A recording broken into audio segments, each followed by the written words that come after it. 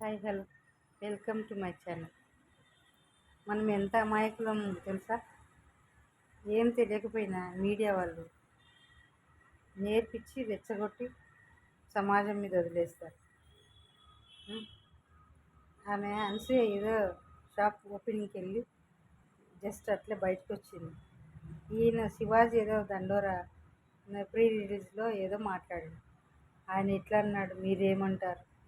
అక్కడ జరిగింది మీకు తెలియదు, మీడియా వాళ్ళు వచ్చి చెప్తేనే తెలుసు. ఆమె ఏదో క్యాజువల్గా ఇంత రాజ్యంత్రం అవుతుందని తెలియదు. ఆమె క్యాజువల్గా ఏదో అట్లా నా బట్టలు నా ఇష్టం అని. కొందరు ఎట్లా ఎంత పెద్దగా ఉన్నా చిన్నపిల్ల మనస్తత్వం, ఇన్నోసెన్స్గా అట్లా మాట్లాడితే పెద్ద రాజ్యంత్రం అయిపోయింది. అంత టెలికాస్ట్ చేసి వీళ్ళు అంత ఓపెన్ చేసేసి మొట్టమొదటి శత్రువు అంటే మీడియా వాళ్ళే. మనుషులకు నమ్మకండి మీడియా వాళ్ళని. బీ కేర్ఫుల్ మీడియా వాళ్ళతో. అస్సలు ఏం మాట్లాడకండి. వాళ్ళు వచ్చి అడిగిన మా నో కామెంట్స్ అని చెప్పి వెళ్ళిపోతూ ఉండండి. అది అమ్మో, ఆ రోజు అక్కడ అది యూట్యూబ్లో చూసినప్పటి నుంచి నాకు మీడియా వాళ్ళంటే అంత కోపం వస్తుంది అసలు. ఇప్పుడు కూడా అదేదో అంబటి రాంబాబు ఇప్పుడే చూసిన అనమాట, అది గుర్తొచ్చింది. అంబటి రాంబాబును నిన్న అట్లా అయిపోయింది, అంతా అయిపోయింది కదా. ఇప్పుడు వాళ్ళ కూతురు ఇంటి దగ్గరికి వస్తే వాళ్ళు తాళం ఇవ్వడంలే, పోలీసు వాళ్ళు అడ్డుకుంటున్నారు. అంతవరకు బాగుంది. మధ్యలో వచ్చి మీడియా, మీరు ఏమనుకుంటున్నారు? మీడియా ఆయన అలా అంబటి రాంబాబు కూతురు దగ్గరికి వచ్చి ఏమి స్పందన ఏంది ఇట్లా అవసరమా? ఇప్పుడు మీడియా వాళ్ళు పోయి ఆమె క్వశ్చన్, వాళ్ళు బాధల్లో వాళ్ళు ఉన్నారు. ఆయన నోరు జారి ఏదో అన్నాడు. నోరు జారో కొవ్వెక్కో ఇంకా ఏదో శనిని తిని కూర్చున్నదో అంతే. లేదంటే అక్కడ డ్యాన్సులు వేసి రికార్డింగ్ డ్యాన్సులు పెట్టి జగన్ పాట మీద ఒక్కసారి, చంద్రబాబు నాయుడు పాట మీద ఒక్కసారి. అంబటి రాంబాబు అవసరమా?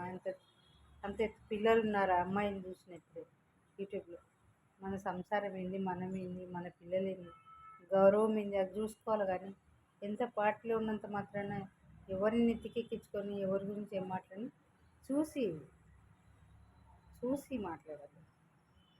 మనం ఏం మాట్లాడుతున్నామో, ఎంత వరస్ట్గా మాట్లాడుతున్నామో, ఎంత అఫీషియల్గా మాట్లాడుతున్నామో, మాటలు జాగ్రత్తగా మాట్లాడాలి. ఎక్కడున్నా ఏం చేసినా, నువ్వు ఏ పని చేసినా కూడా అది మంచి పనైనా చెడ్డ పనైనా మన బిహేవియర్ని బట్టి ఉంటుంది, మన మాటల్ని బట్టి ఉంటుంది. ఏదో కలెక్టర్ ఉద్యోగం చేస్తున్నా అని నోట్లో నుంచి బూతులు మాట్లాడితే ఎవరు ఒప్పుకోరు కదా. సీఎం అని బూతులు మాట్లాడితే ఒప్పుకోరు కదా. మాజీ సీఎం అని బూతులు మాట్లాడితే ఒప్పుకోరు కదా. ఒకసారి రెండుసార్లు చూస్తారు. మళ్ళీ మళ్ళీ అదే మాట్లాడుతుంటే ఎవరు ఒప్పుకోరు కదా. ఎవరైనా ఒప్పుకోరు. పద్ధతిగా ఉండాలి, ప్రొఫెషనల్గా ఉండాలి ఏ పని చేసినా. అదే చదువుకున్న వాళ్ళకి ఒక క్వాలిఫికేషన్, ఎడ్యుకేషన్ క్వాలిఫికేషన్ మీద ఎగ్జామ్స్ పెట్టి సెలెక్ట్ చేసి అట్లాంటి సీఎం కానీ, డిప్యూటీ సీఎం కానీ, ఎమ్మెల్యే అట్లాంటివి ఇస్తే ఇట్లాంటి బూతులు ఉండవు. అఫీషియల్గా ఉంటారు.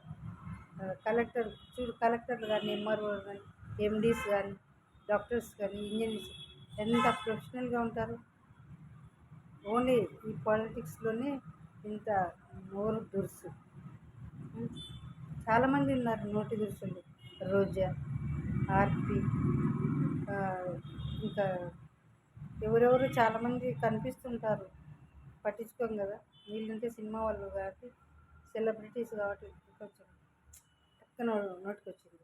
నిన్న అంబటి రాంబాబు, ఇంకా ఎంతమంది ఉంటారో పాలిటిక్స్లోనే ఇట్లా మాటలు, వర్డ్స్ అట్లా గలీజ్గా. మామూలుగా ప్రొఫెషనల్ జాబ్స్ చేసే వాళ్ళు అట్లా మాట్లాడారు, అవి రావు కూడా. ఎందుకంటే ఎడ్యుకేషన్ పరంగా వాళ్ళు ఒక వృత్తిలో న్యాయంగా ప్రొఫెషనల్గా ఉంటారు. అది ఈ పాలిటిక్స్ కూడా ప్రొఫెషనల్గా అయ్యేటట్టు చూడాలి, అప్పుడు బాగుంటుంది.